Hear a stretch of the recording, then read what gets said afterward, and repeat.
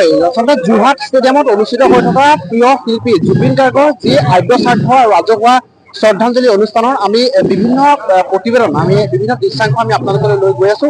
এই মুহূৰ্তত আমি বিশেষ দৃশ্যাংশৰ সৈতে আপোনালোকক একাংশ কৰাব বিচাৰিছো, কিয়নো আজিৰ এই যি আদ্য শ্ৰাদ্ধ আৰু ৰাজহুৱা শ্ৰদ্ধাঞ্জলি অনুষ্ঠানতে আচলতে ষ্টেডিয়ামৰ যি আচলতে দেৱাল সেইসমূহত আচলতে জুবিন গাৰ্গৰ চিত্ৰৰে আচলতে আলোকিত কৰি এক বিশেষ ৰূপ দিবলৈ চেষ্টা কৰা হৈছে। মই সঠিকভাৱে বুজাই দিছো আজি সামগ্ৰিক পৰিৱেশ আপোনালোকলৈ দেখুৱাই আছো। আৰু এই মুহূৰ্তত আচলতে মই দেখুৱাই যাম আচলতে এইখন হৈছে যোৰহাট ষ্টেডিয়ামৰ যিখন আচলতে দেৱাল, সেই দেৱালখনত আচলতে এনেদৰে আচলতে চিত্ৰৰ যি আচলতে সুভাষ, সেই চিত্ৰৰ সুভাষেৰে এনেদৰে আচলতে আলোকিত কৰা পৰিলক্ষিত হৈছে। আৰু এখন বিশেষ মই এখন ছবি আপোনালোকলৈ দেখুৱাব বিচাৰিছো। আচলতে অসমৰ জুবিন গাৰ্গ আচলতে যোৰহাটৰ পৰা তেখেতৰ সংগীতৰ যাত্ৰা আৰম্ভ কৰিছিল আৰু যোৰহাটৰ আচলতে যি বিশেষ জে বি কলেজৰ পৰা আচলতে তেওঁ যি সংগীতৰ যাত্ৰা সেই যাত্ৰা আৰম্ভ কৰিছিল। আৰু ইতিমধ্যে কোৱা হয় যে এখন চাইকেল লৈ আচলতে জে বি কলেজলৈ আহিছিল আৰু পিঠিত আচলতে সেই বিশেষ জুবিন গাৰ্গৰ যি গীটাৰখন আছিল। আৰু বৰষুণৰ বতৰত কেতিয়াবা জুবিন গাৰ্গে জাপি লৈ জে বি কলেজলৈ অহা পৰিলক্ষিত হৈছে। তাৰে আচলতে এক দৃশ্যাংশ ইয়াতে আচলতে এনেদৰে প্ৰতিফলন কৰা পৰিলক্ষিত হৈছে আৰু বিভিন্ন আচলতে চিত্ৰাংকন এনেদৰে কৰি তোলা হৈছে। মই এগৰাকীৰ সৈতে কথা পাতিবলৈ চেষ্টা কৰিম। দাদা, আপোনাক স্বাগতম জনাইছো আমাৰ বিশেষ সম্প্ৰচাৰৰ মাজলৈ।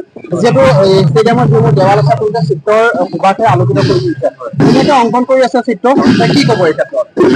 যোৱাকালিৰ পৰা আমি চিত্ৰ অংকন কৰিব লৈছো আৰু আমাৰ জুবিন দাক এনেকে হোৱা নাছিলো আমি এনেকে যে ষ্টেডিয়ামত আমি এনেকে পাম বুলি।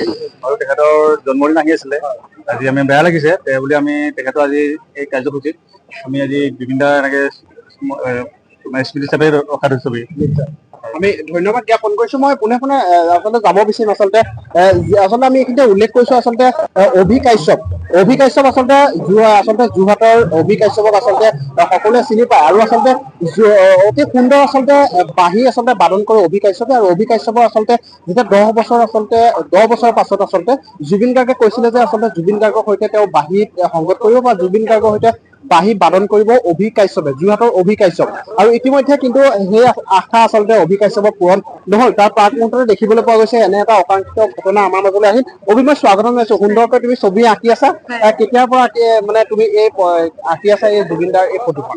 হয়, কালিৰে পৰা মই ছবিখন আৰম্ভ কৰিছো আৰু কালিৰে পৰা আঁকি আছো আৰু এতিয়ালৈ বৰ্তমান সম্পূৰ্ণ হোৱাগে নাই, সম্পূৰ্ণ হবগে।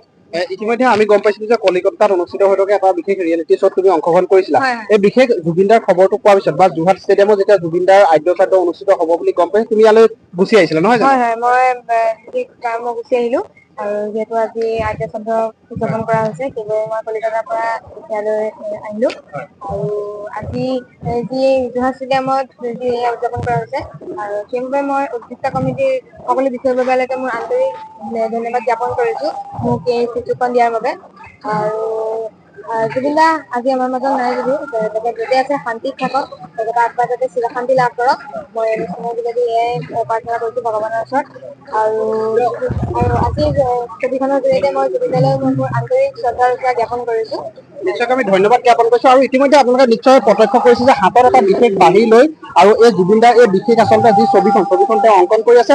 আৰু এইখিনিতে আমি উল্লেখ কৰিব বিচাৰিছো মাজুলীত অনুষ্ঠিত হোৱা এটা বিশেষ অনুষ্ঠানত ইতিমধ্যে দৰ্শকে ইতিমধ্যে গম পায় জুবিন গাৰ্গক আচলতে এই অভি কাশ্যপক প্ৰতিশ্ৰুতি দিছিল যে অভি কাশ্যপৰ আৰু বিগত 10টা বছৰৰ পাছত জুবিন গাৰ্গৰ সৈতে আচলতে বাঁহীত সংগত কৰিব এই যোৰহাটৰ অভি কাশ্যপে। কিন্তু ইতিমধ্যে জুবিন দাই আচলতে যি প্ৰতিশ্ৰুতি অভি কাশ্যপক দিছিলে সেই আচলতে প্ৰতিশ্ৰুতি সম্পন্ন হৈ উঠিল। কিন্তু তাৰ প্ৰাক মুহূৰ্ততে আচলতে নিয়তিৰ যি আচলতে খেলা সেই আচলতে জুবিন দাক আমাৰ মাজৰ পৰা আঁতৰাই গৈছে। অভি, কি ক'বা এই ক্ষেত্ৰত? আচলতে অতি দুখৰ খবৰ নহয় জানো? তোমাৰ 10 বছৰ পাছত জুবিন দাৰ লগত বাঁহীত সংগত কৰাৰ প্ৰতিশ্ৰুতি কিন্তু তাৰ প্ৰাক মুহূৰ্ততে আমাৰ এটা অনাকাংক্ষিত ঘটনা আহি গৈছে, কি ক'বা এই ক্ষেত্ৰত? 19 ছেপ্টেম্বৰ দিনটো আচলতে আমাৰ বাবে আচলতে সুখৰ খবৰ আহিছিলে।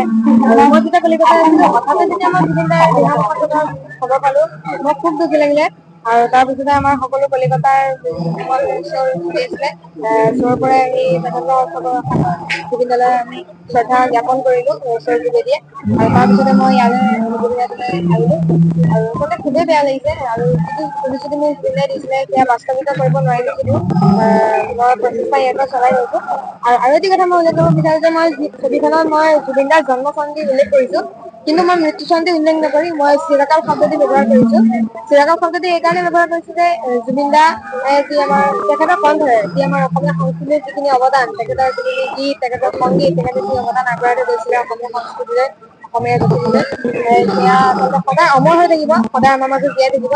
সেইবাবে মই তেখেতৰ চিৰকাল শব্দটি ব্যৱহাৰ কৰিছো।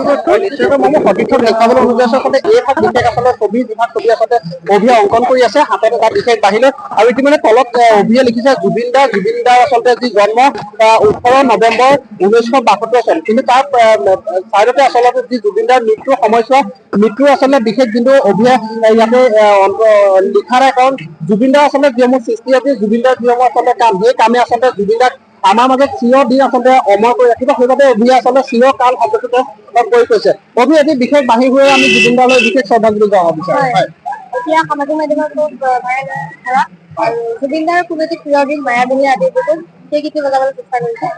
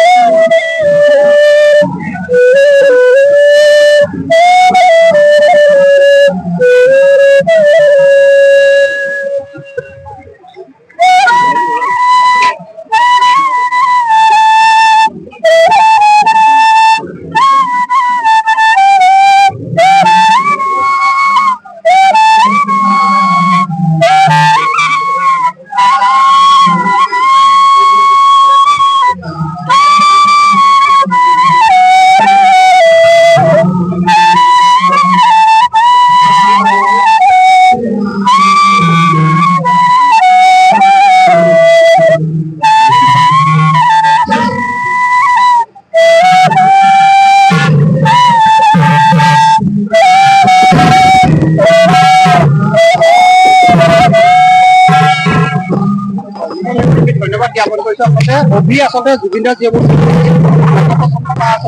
কৰিছে, যিবোৰ জীয়াই ৰাখিব লাগিব, আমি তাৰে আশা কৰিছো। তুমি উৎসৱ শিক্ষিত হৈ জিলিকিও আমি তাৰে কামৰিছো। আৰু ইতিমধ্যে মই দেখুৱাই দিবলৈ অনুৰোধ কৰিছো, আচলতে কেইবাগৰাকী শিল্পী আচলতে যি যোৰহাট ষ্টেডিয়ামৰ দেৱালত আচলতে জুবিন দাৰ আচলতে ছবিসমূহ এনেদৰে কৰি তুলিছে।